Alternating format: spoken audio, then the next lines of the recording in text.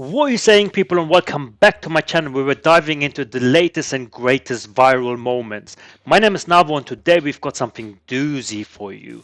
Andrew Tate, the controversial internet personality, recently sat down with Piers Morgan, also not controversial, and gave a very explosive interview again. In this interview, he really reveals his true thoughts on a variety of topics, including the latest Netflix documentary about Meghan Markle and Prince Harry. So without further ado, let's jump into the video. But before we do this, there's always some housekeeping. So if you haven't subscribed to this channel, please do it now. Go down there, press the subscription button and the notification bell so that you'll always be notified when there's a new video on my channel. Look, like I always say, it doesn't cost you anything. You're doing your little brethren a little favor here so I can continue doing what I'm doing here and putting these videos out for you. So now we're jumping in. Well, Andrew Tate joins me again now. Andrew, good to see you. Salam alaikum, Piers. Good to see you. I've genuinely... It starts so good again. If you don't know, Andrew Tate has recently converted to Islam. So as we know him, you know, he's always in people's faces, doesn't matter what he does. So it starts well. Let's see. genuinely been amazed by the reaction I've had in the streets. Not just here, but I went to Qatar for the World Cup, had the same thing there. A lot of people coming up about Cristiano Ronaldo, obviously, but also a lot of people coming up about you. And they were almost exclusively men, young men, who genuinely see you as a role model, as somebody who inspires them, as somebody they want to be like. Yeah. So that made me think. Well, he is obviously taking the internet by storm, right? He does say a lot of controversial things, yet if you want to see him as a role model, it's completely up to yourself. You know, do your research, see if it aligns with your principles and morals in life. But I would say the reason people sometimes become this big on the internet is because they say stuff that, let's say, the majority of people would like to say, but they can't say. He is, well, I would say, in a fortunate position where he doesn't really rely on people. So he can do whatever he thinks he wants, and there's no repercussions, like where he would probably not have food on his table whatsoever. And I think that's what draws people's attentions and make them follow him. But, well, let's see what they're talking about in this little interview here. The first interview you had was quite combative. The second time, a shorter interview, less so. I want to try and work out in this one who you are, because it struck me as extraordinary that Google this week revealed some stats for the year. The #1 person whose name followed people Google searching who is in 2022 was Andrew Tate. Yeah, that's quite remarkable. I think there's Just a point on that, I don't think it's just who is, but after, like in 2022, obviously everything is going on in Europe with, you know, Ukraine and that bit. After Vladimir Putin, he is the most searched individual on the planet right now. He's doing something right, I guess. a whole swath of the population, especially young men, that feel disenfranchised. They feel disenfranchised with the media machine and the things they're supposed to believe. They don't feel an affinity with the educational systems or the culture. And they look at a person like me who stands up and says the things that many young men think. I haven't put a magic spell on the world. Exactly. Then again, is it always good what he says? You have to be very critical of what views you're adapting nowadays, right? The fact that people like what I say means that they agree with me deep inside. They may be afraid to say it themselves, but Yeah. I am seen as a bastion of free speech and a bastion for masculinity as a whole, because a lot of men are largely forgotten about. Do you think you're a force for good, or are you? I've got to interject here a little bit. A bastion of free speech, maybe. Yes, okay. You do say a lot of controversial things, and I do agree that if we allow one side of the spectrum to say whatever they want, we shouldn't stop the other side of the spectrum. That is the whole definition of free speech, I guess, you know. I would say, okay, careful there, unless it calls for violence or indecent or morally despicable acts, okay? Then I'm like, no, we shouldn't give people like this a platform. A bastion of masculinity, however, in my humble opinion, I wouldn't take him as a bastion of masculinity, because I don't agree with a lot of the things that he did say about women, for example. Some of them might well be true if you want to be a very generalist person. However, it's nice to be nice as well. So whether being ruthless in the way you speak without any thought of what your words can cause and other people is a symbol of masculinity, I don't agree. No. Especially because my belief doesn't allow that, right? You have to always speak kind words, and if you don't have any kind words to speak, be quiet. You a force in evolution where perhaps you've done and said stuff you shouldn't have done, and as you get older, perhaps as you get bigger, more followed around the world, you sense a responsibility perhaps you didn't have early on? Well, we all evolve. Every human evolves day by day. You wouldn't be human if you didn't evolve on an hour-by-hour basis. But I do not think I'm a force for good. I absolutely not really know I am a force for good because I'm a force for truth. And truth is a good thing. Without truth, we're going to end up in absolute tyranny and slavery, and we're already on our way there. I feel like we're starting to combat it. My cancellation was the beginning of a change in public consciousness. Elon having Twitter is another beginning of the change in public consciousness. And anybody who's... What he's saying is the importance of truth and the need of people to speak up and tell the truth. I fully stand behind, and a lot of people probably do as well, right? They can resonate with that. However, you can't be saying that you're the ultimate messenger of the truth. I wouldn't agree with that. Everyone makes mistakes. Everyone says stuff that he thinks at that particular moment in time is the closest to their own version of the truth, but it might not always be the case. Stands up and speaks what they truly believe, even if it's something I don't personally agree with. I think that truth is absolutely important, and people's personal truths and people's personal opinions, even on differing sides of the same opinion, should be heard. Tell me about your life. You were born to a mixed race couple. Your father was an African American, a chess player. And your mother, she was from this country. Correct, yeah. So my father was black chess player. He was in the Air Force. He met my mother here in England. And then I was raised initially in the United States, and then I moved to Luton, England when I was younger. So I've moved around a lot. I've lived an eclectic life.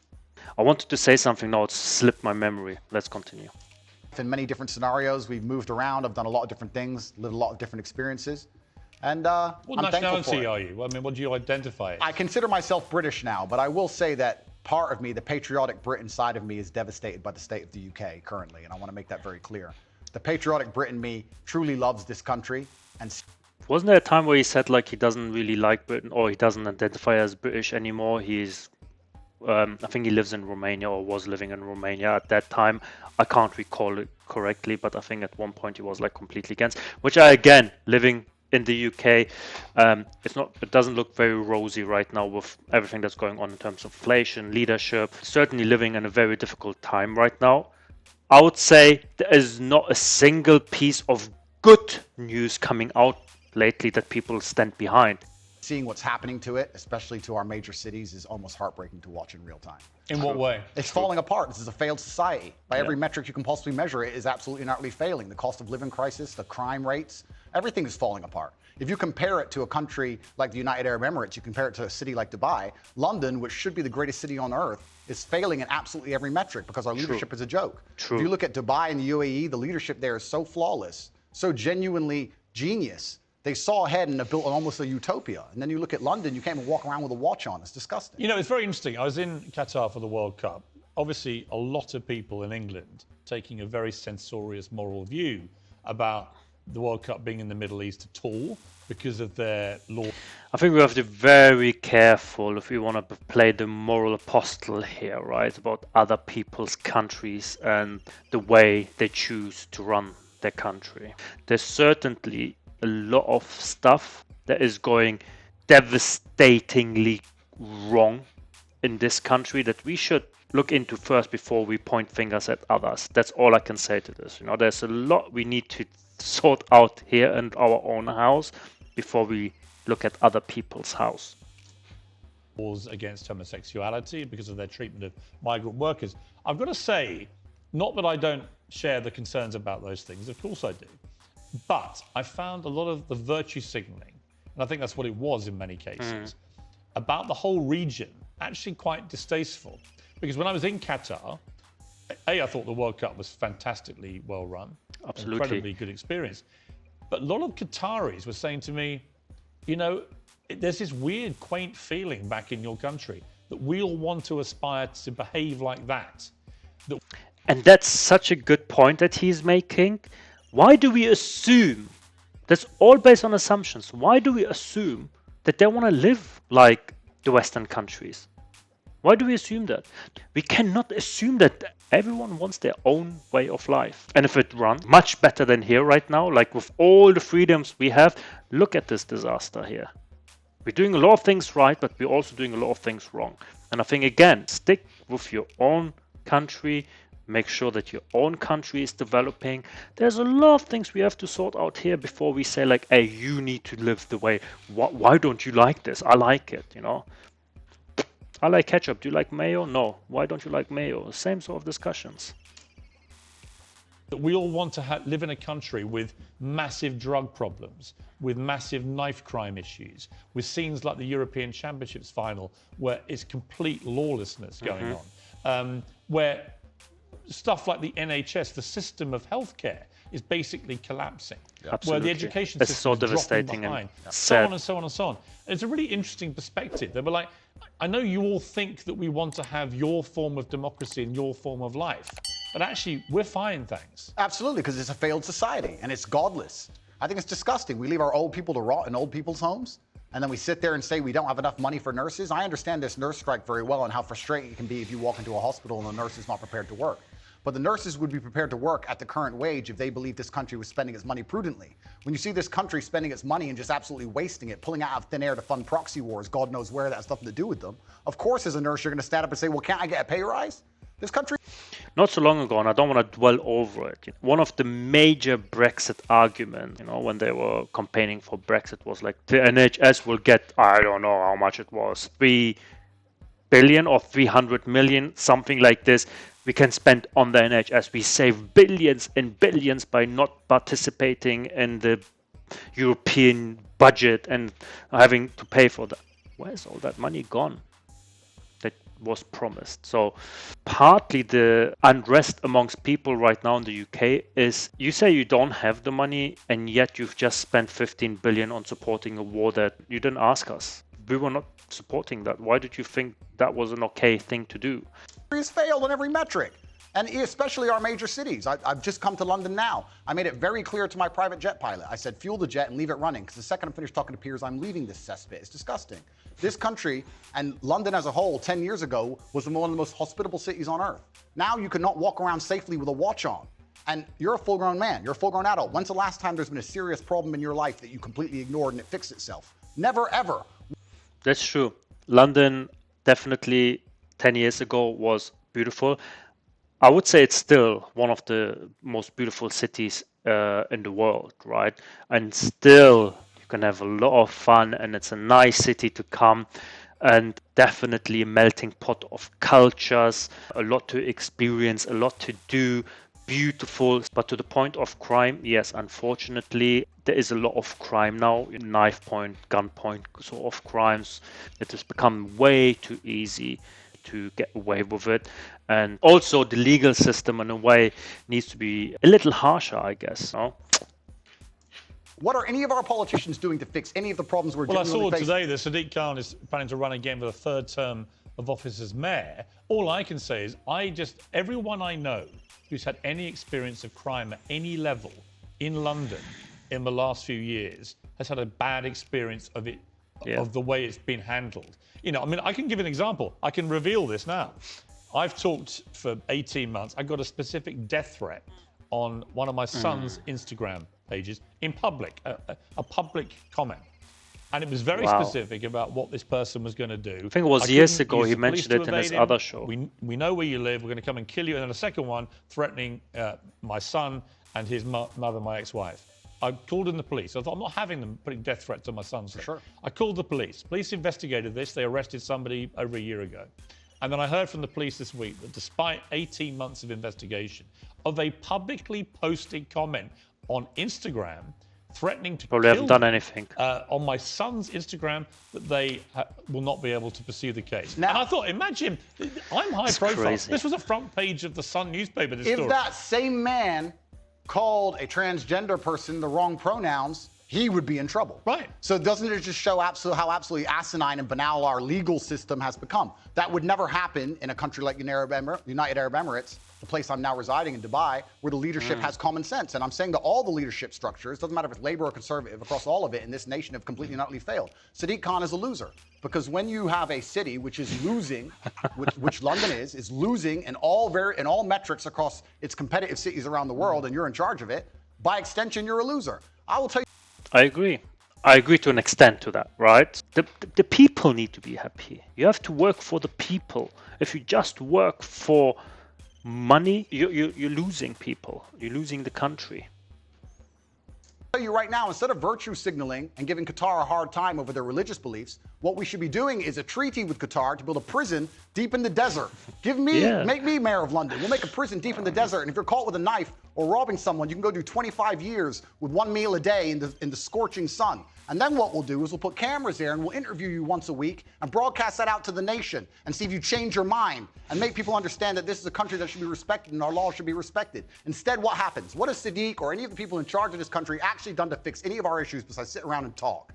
Nothing. None of them have done anything, but they seem ultra concerned with finding money for proxy wars, ultra concerned with rainbow flags in another country that is uninterested in them, and their priorities are completely messed up. Of course the ambulance people are. Of course the ambulance drivers are striking. Of course the nurses are striking. Nobody cares about the most important things in this nation. It's a failing country in real time, and that's why I've left. What about the specific allegation? By the way, I don't disagree with a lot of that. Because I do think this country is in big trouble. And I do think that one of the problems is people think if they do have a crime against them, nobody cares anymore. I know nobody cares. I have specific examples and people who I know personally. Absolutely and utterly nobody cares. I was in Harrods yesterday and someone tried to rob someone's watch in the middle of the store. I walk around with I have a security team of 6 full-grown men, plus me and my brother, 8 military-age males all over 110 kilos, big men, just so I can walk around this city. It's absolutely unacceptable.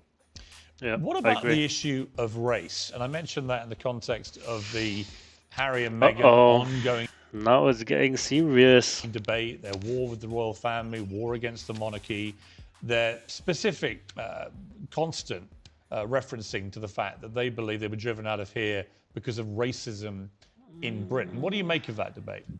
That's absolute fallacy.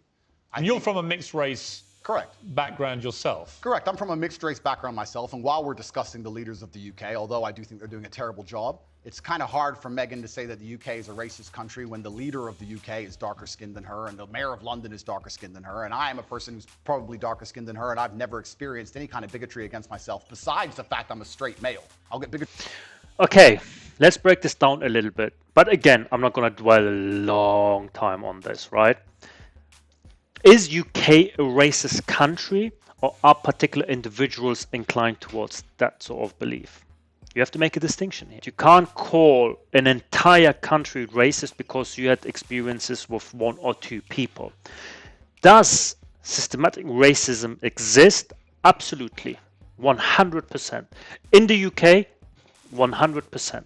The controversy around Meghan Markle and Prince Harry and calling the royal family racist, and with that the entire nation, you have to take that with a pinch of salt. You have to prove it.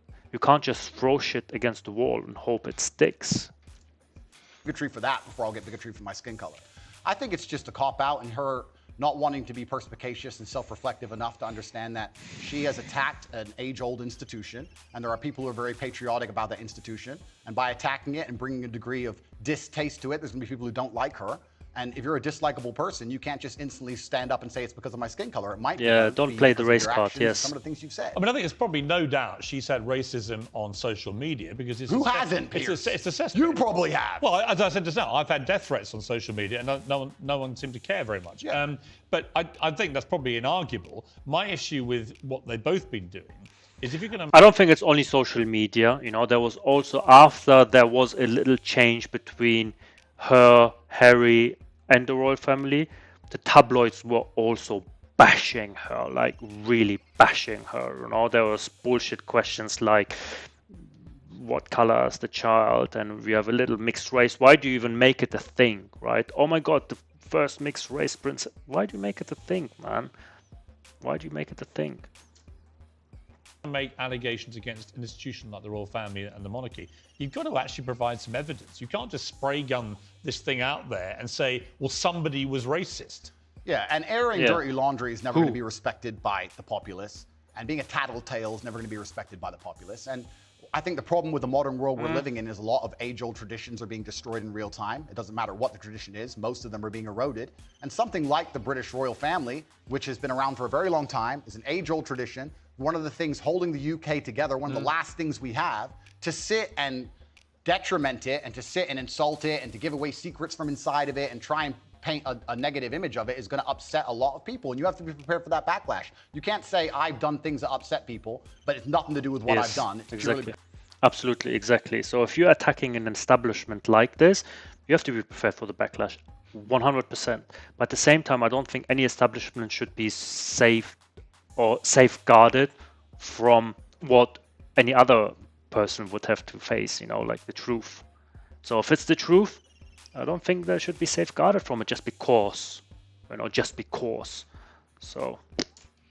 Because of my skin color. Also, it's kind of ironic that she's doing that because she's not particularly dark-skinned. It's kind of funny to watch her sit and say, race. I don't think that's the point here with the skin color. I think it's the mixed race. The reality of it is, I just don't know what the specifics of the racism she says she's had because we've not seen any evidence. The universe is a funny place, Piers. If you're looking for something, you're going to find it, right? When I got canceled, when they attacked me unfairly, lied about me across the entire mainstream media, deleted me from social media so I couldn't defend myself, and lied about me repeatedly, I could have stood up and said, it's because I'm brown.